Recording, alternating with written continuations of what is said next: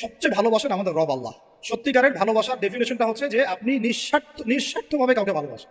আমাদের আশপাশে যারা আছে, যারা হালাল, ইভেন হালাল, আমার মা, আমার বোন, আমার বাবা, আমার স্ত্রী, আমার ছেলে, আমার মেয়ে, এদেরও যদি কখনো স্বার্থে আঘাত পড়ে, দেখবেন সেও আপনার পাশ থেকে সরে যাচ্ছে।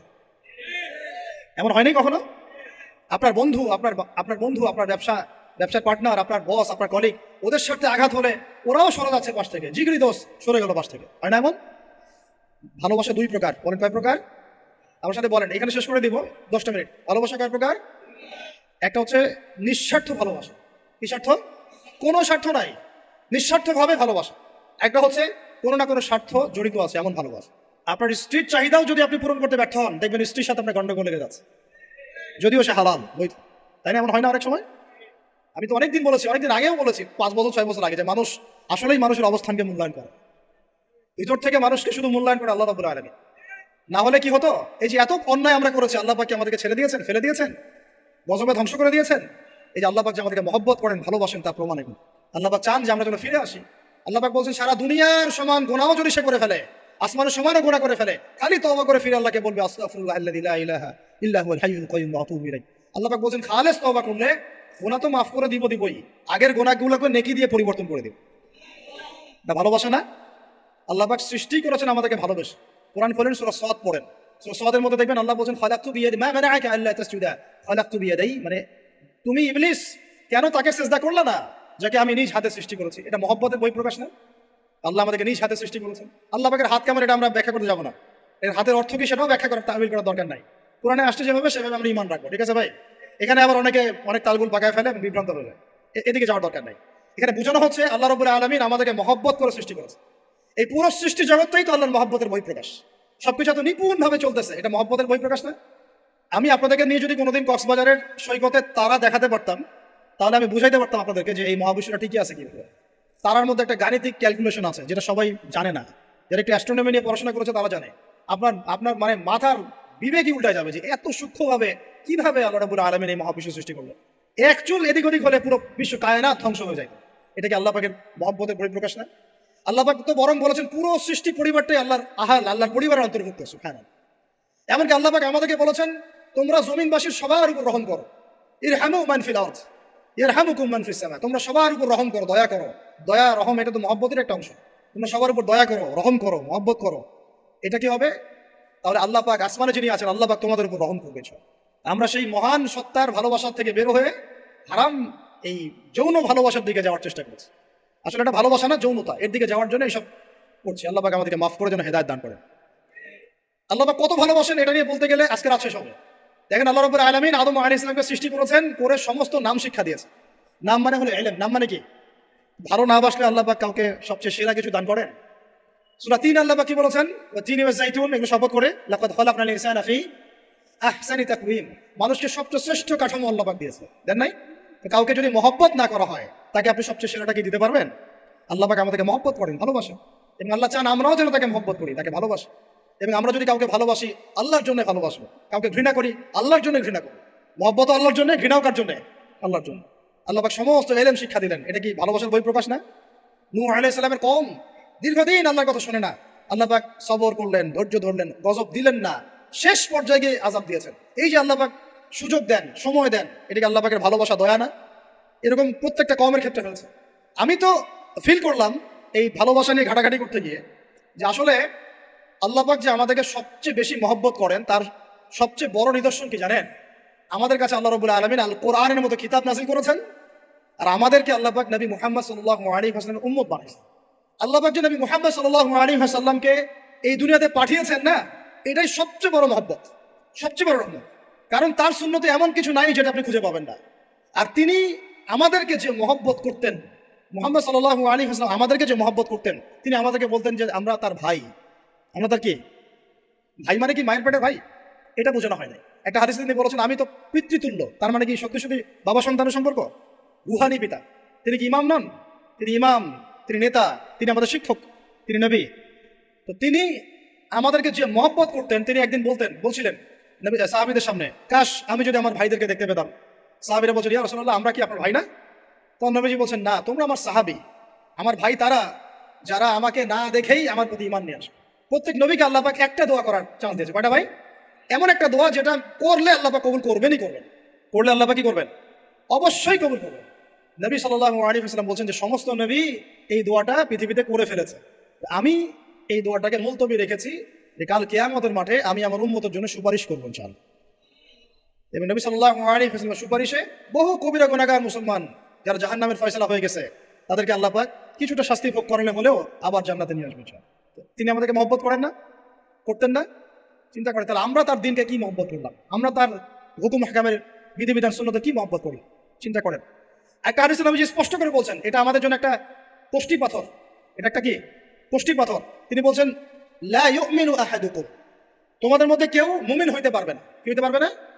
মানে প্রকৃত মুমিন হইতেই পারবে না তোমরা, এ আমার উম্মত, তোমাদের মধ্যে কেউ প্রকৃত মুমিন হইতেই পারবে না যতক্ষণ না হাত্তা আকুনা আহাব্বা ইলাইহি মিন ওয়ালিদিহি ওয়ালাদিহি ওয়ান নাসি আজমাইন, যতক্ষণ না আমি মুহাম্মদ সাল্লাল্লাহু আলাইহি ওয়াসাল্লাম তোমাদের কাছে নিজের কি সন্তান, নিজের বাবা মা এবং সমস্ত মানব জাতির থেকে বেশি প্রিয় না হচ্ছে। আর এটা আবার বলি, নবীজি বলছেন কেউ ততক্ষণ পর্যন্ত প্রকৃত মুমিন হতে পারবে না যতক্ষণ না আমি মুহাম্মদ সাল্লাল্লাহু আলাইহি ওয়াসাল্লাম তার কাছে তার সন্তান, তার পিতা, এমনকি সমস্ত মানব জাতি থেকে বেশি প্রিয় না হচ্ছে। আমরা যারা আগামীকালকে এইটার প্রিপারেশন নিয়েছি, আসলে কি আমাদের কাছে নবী প্রিয় বেশি না আমাদের দুনিয়ার স্বার্থ বেশি প্রিয়?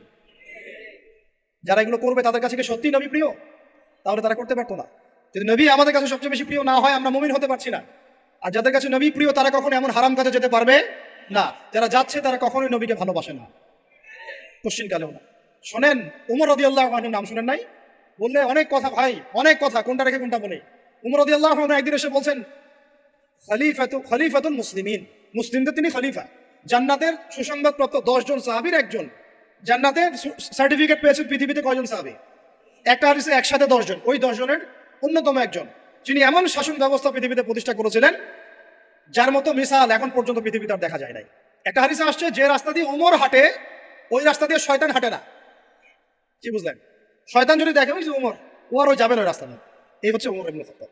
আমার পরে কোনো নবী নাই, নবীজি বলছেন আমার পরে কোনো নবী নাই, লা নবী বাদি, আমার পরে কোনো নবী নাই। যদি হতো তাহলে ওমর হতো, যদি হতো তাহলে ওমর হতো। অন্য একটা হাদিসে আসছে আমার পরে কোনো নবী নাই, তবে তুমি আমার, এটা অন্য সাহাবী সম্পর্কে, আলী ইবনে আবি তালেব সম্পর্কে, তুমি আমার জীবনে তেমন মুসার জীবনে হারুন ছিল যেমন।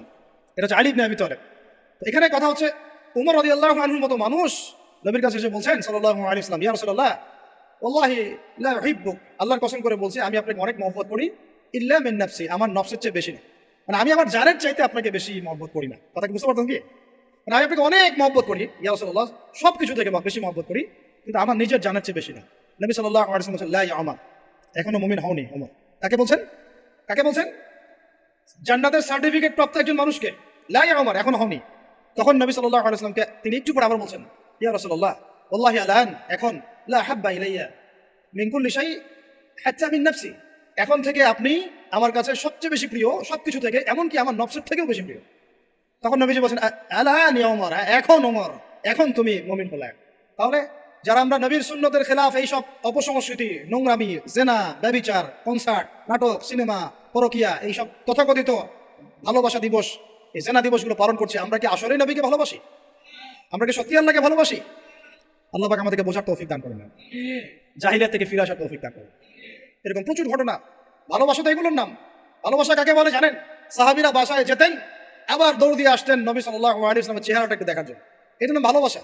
আপনারা যদি উমরা করতে যান, হজ করতে যান, দেখবেন বারবার আপনার নবীর রওজায় গিয়ে সালাম দিতে মন চাইবে, যে আরেকবার দেখা করে আসি, আরেকটু দেখা করে আসি, আরেকবার সালাম দিয়ে আসি। ভালোবাসা কোনো স্বার্থ আছে এখানে? নবী সাল্লাল্লাহু আলাইহি ওয়াসাল্লাম কি আমাদের কাছে কোনো স্বার্থ দাবি করেছেন? আল্লাহ করেছেন। এগুলো ভালোবাসা। এই ভালোবাসা হলো প্রকৃত ভালোবাসা। আর এগুলো যেটা চলছে এটা হচ্ছে যৌনতা। এগুলো কি চলছে? যৌনতা। ভালোবাসার নাম দিয়েছে এখন যৌনতা। এগুলো ভালোবাসা না, এগুলো পাশবিকতা, প্রবৃত্তির দাসত্ব। প্রবৃত্তি মানে মন যা চায় তাই করতে যাচ্ছে। আপনার মন চাইছে একটা মেয়ের সাথে রাত কাটাবেন, এটাকে আপনি ভালোবাসা নাম দিলেন, কিন্তু এটা হচ্ছে ভালোবাসা না, এটা কি প্রবৃত্তি, পশুত্ব, দাসত্ব, পশুত্বের দাসত্ব করছে। আল্লাহ পাক আমাদেরকে কথাগুলো বোঝার তৌফিক দান করুন। এরকম সাহাবীরা কত ত্যাগ করেছেন। তালহা রাদিয়াল্লাহু আনহুর নাম শুনেন না অনেকেই। নবী সাল্লাল্লাহু আলাইহি ওয়াসাল্লাম উহুদ যুদ্ধের দিন সংকটময় একটা অবস্থায় ছিলেন। তালহা রাদিয়াল্লাহু আনহু একা নবী সাল্লাল্লাহু আলাইহি ওয়াসাল্লামকে ঢাল হিসেবে পিঠ পেতে দিয়ে আসেন, উনার দিকে কোনো তীর যেন আসতে না পারে। শেষে দেখা গেল তার গায়ের মধ্যে 40 থেকে 50টা তরোয়ারের আঘাত আছে, তীরের খোঁচা আছে, বর্ষার খোঁচা আছে। এই অবস্থায় তিনি নবীকে কাঁধের মধ্যে নিয়ে উহুদ পাহাড়ে উঠেছেন। নবীকে সেভ করার জন্য। এটা ভালোবাসা। এটা কি? কোন স্বার্থে? কিসের স্বার্থে? দুনিয়ার স্বার্থে? জান্নাতের স্বার্থে।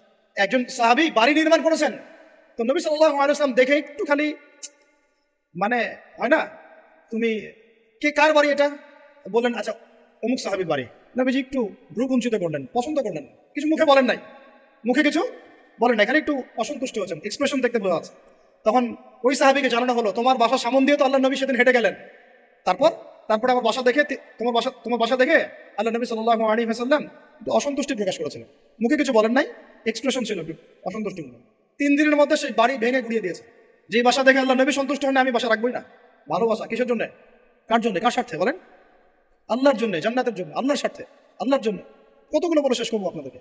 সাদ বিন আবি ওয়াক্কাস রাদিয়াল্লাহু আনহু উহুদ যুদ্ধের দিন এরকম করে 3 নিক্ষেপ করছেন।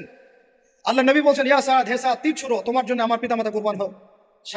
আশপাশে 9 জন ছিল, তার মধ্যে একজন করে শহীদ হতে শেষে 2 জন বেঁচে থাকলো, সাদ বিন আবি ওয়াক্কাস, তালহা বিন উবাইদুল্লাহ রাদিয়াল্লাহু আনহু।